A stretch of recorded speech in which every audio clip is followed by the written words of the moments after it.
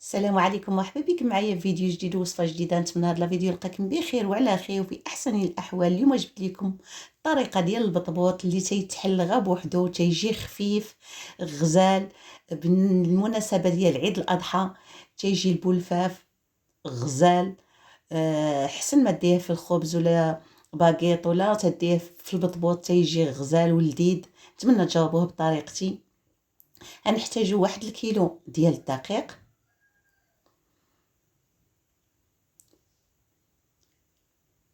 ديال الزرع اولا فينو زلافه.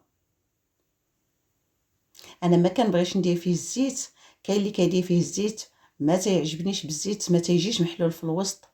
الملح حسب الذوق. غادي نديرو 2 معالق كبار ديال الخميره على حسب الجو. دابا الجو سخون، 2 معالق كافيين. 1 المعلقه صغيره ديال سنيده، ما ديريش سنيده بزاف باش ما يتحرقش. شويه ديال الماء يكون دافي، غنخليوها على جنب حتى تنفعل مع السكر وتخمر. نديرو العجانه اولا في القصعه اللي موجود عندنا نعجنوه به. عندك في العجانه غادي ديري الملحه هي الاولى دائما، والخميره تخليها للاخر باش طلع العجينه غزاله. هانتوما حتى تعجنت العجينه عاد غندير الخميره من بعد ما تفاعلات مع داك السكر. صافي نخليوها تخلط نفس الطريقه كيف في القصعه كيف في الماكينه.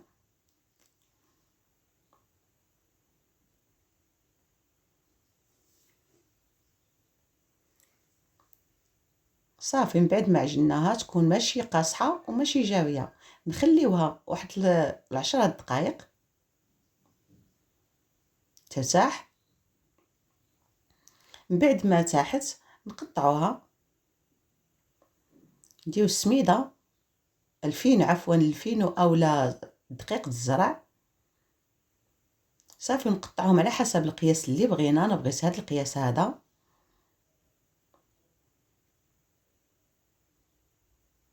نقطعوهم نحاولوا نديروهم قياس واحد.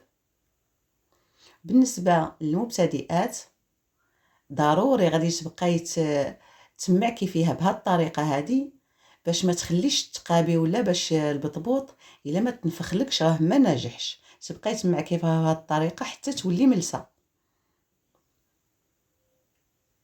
نتوما بهذه الطريقه هذه حتى تولي ملسه، ما تبقاش متقوبه ولا شي حاجه.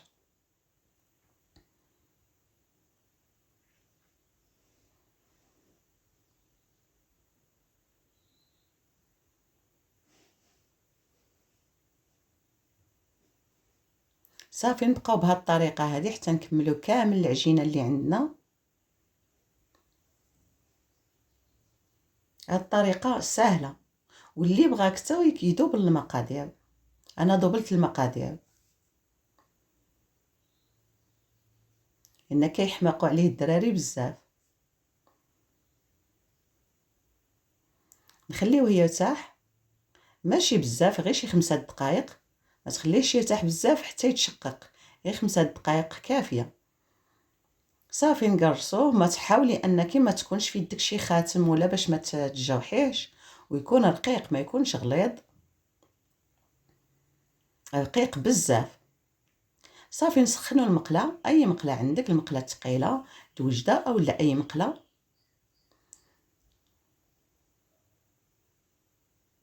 الا ما تنفخلكش البطبوط راه ما يكونش ناجح ليك ويتحل في الوسط غير بوحدو بهذه الطريقه هذه. وباش غادي نقادوه ويجي محمر في الجناب غنوريك الطريقه كيفاش. غادي غير كي تحطي البطبوطه ديالك غادي تقلبيها في البلاصه، غير كي فيها شده راسها تقلبيها باش تجي ملسه ما تنفخش ليك غير في الوسط، تبقاي جالسه وتقلبي فيها.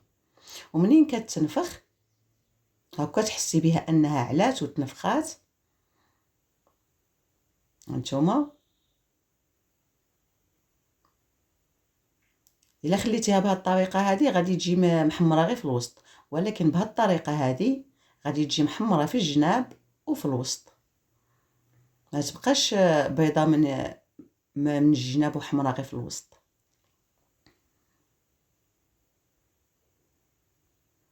هاد الطريقه هذه غتطلع لك البطبوط غزال ويجي ملس، يجي حتى قاده وحده.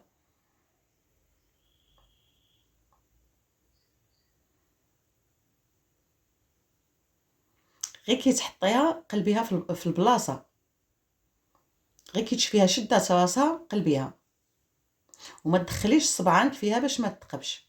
ها نتوما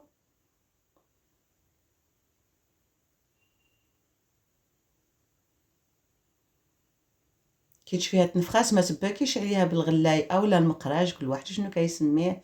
يعني ما تباكيش عليها بزاف حتى تنتقب. الا باكتي عليها بزاف غتثقب، غير بشويه، وكتحركي في الغلاي غير بشويه.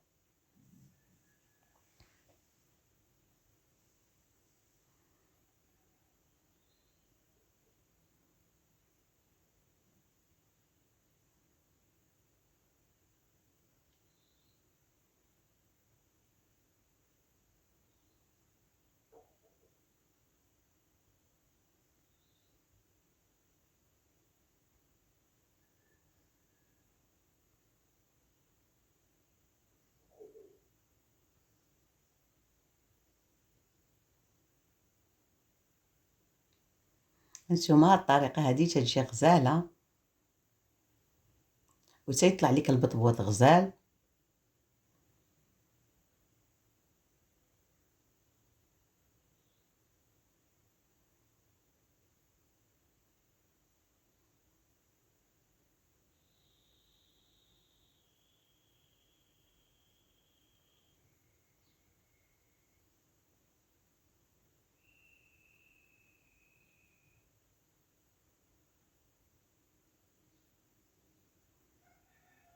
هانتوما انا حطيت معاكم هذه، غير كي تحطيها صافي شويه قلبيها باش ما تجيش، باش ما ديرلكش دوك البويقات وتنفخ في الوسط. غير كي تحطيها قلبيها.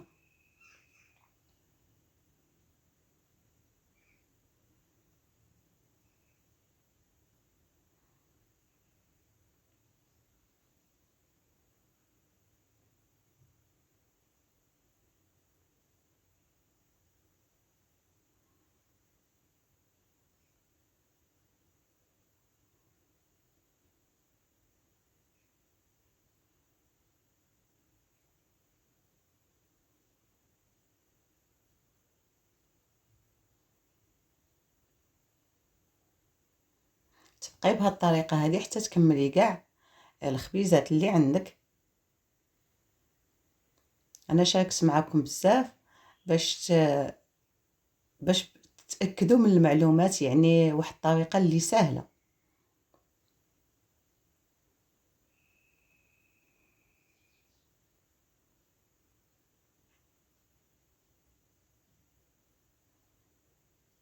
نتوما الا ما تنفخلكش بحال هاد الطريقه هذه ما تنفخش، ما يكونش ناجح.